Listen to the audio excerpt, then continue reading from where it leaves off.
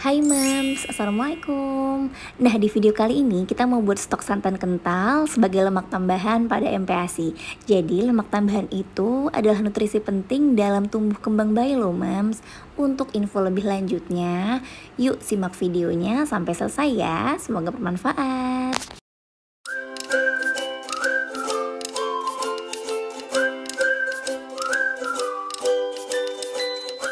Untuk bahan utama kita hari ini, di sini aku pakai 2 buah kelapa ukuran besar ya, Mams. Jadi lumayan gede dan ini udah aku buang airnya. Jadi aku belinya itu dalam keadaan utuh seperti ini dan kita mau blender sendiri agar terjamin kebersihannya. Nah, udah aku potong-potong seperti ini, tinggal kita blender aja.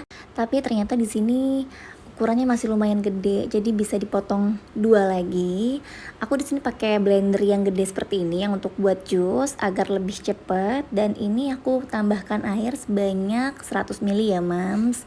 Jadi 3 kali blender untuk 2 buah kelapa, kemudian airnya 300 ml.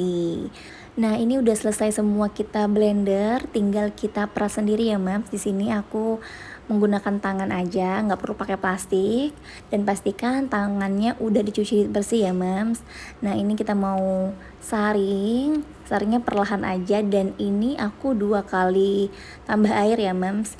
Jadi yang pertama pakai air 300 ml, kemudian yang kedua aku tambahin lagi untuk dapetin santan kentalnya tersebut. Nih aku tambahin lagi air sebanyak 200 ml.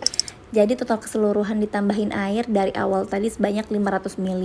Nah, setelah selesai dari penyaringan tahap pertama, kemudian untuk memastikan tidak ada lagi ampas, kita saring untuk yang kedua kalinya ya Mams.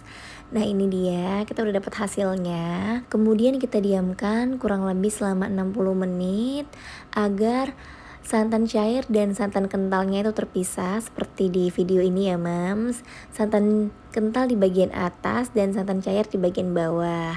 Nah, di sini cetakannya udah aku siapin. Kenapa pakai cetakan seperti ini? Agar memudahkan kita ketika menakar untuk proporsi sekali makannya si bayi ya Mams. Nah, kita pakai sendok sayur seperti ini.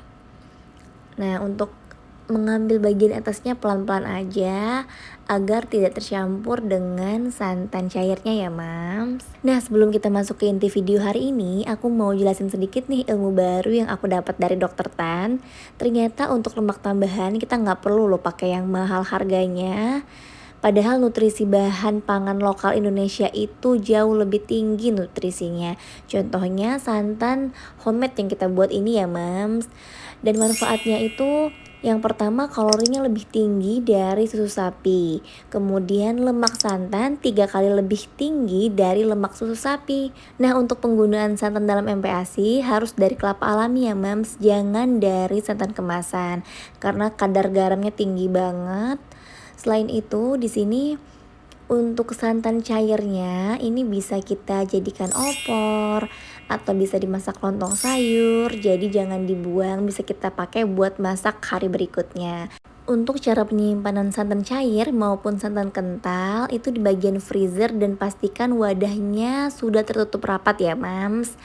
Ini jangan simpan di bagian pintu kulkas tapi di dalamnya. Dan ini hasilnya udah aku freezer selama kurang lebih 12 jam. Nah, ini dia, ini bener-bener nggak ada santan cairnya karena dia nggak terpisah, jadi bener-bener utuh santan kental. Ini biasanya aku pakai 1 balok ini untuk per sekali makan ya Mams, atau 2 balok untuk 3 kali sehari. Nah, pengaruhnya apa ke makanan bayi? Ternyata santan ini bisa menambahkan rasa manis, jadi anaknya lebih excited buat makan ya, jadi lebih ada rasanya. Nah, karena banyak pertanyaan yang masuk di DM Instagram, kenapa garamnya di skip? Karena ini balik lagi ke selera masing-masing ya Mams. Tapi di sini aku dari anak pertama nggak pakai garam sampai usia 1 tahun, jadi anaknya bisa mengenal rasa alami dulu. Nah, buat Mams yang pengen recook nih, boleh banget ya. Yang udah recook boleh tag di Instagram aku di @ciptaumi_dan_milal. Nah, buat Mams yang suka sama videonya, jangan lupa like, komen, dan juga subscribe ya channel ini. Semoga bermanfaat. Wassalamualaikum warahmatullahi wabarakatuh.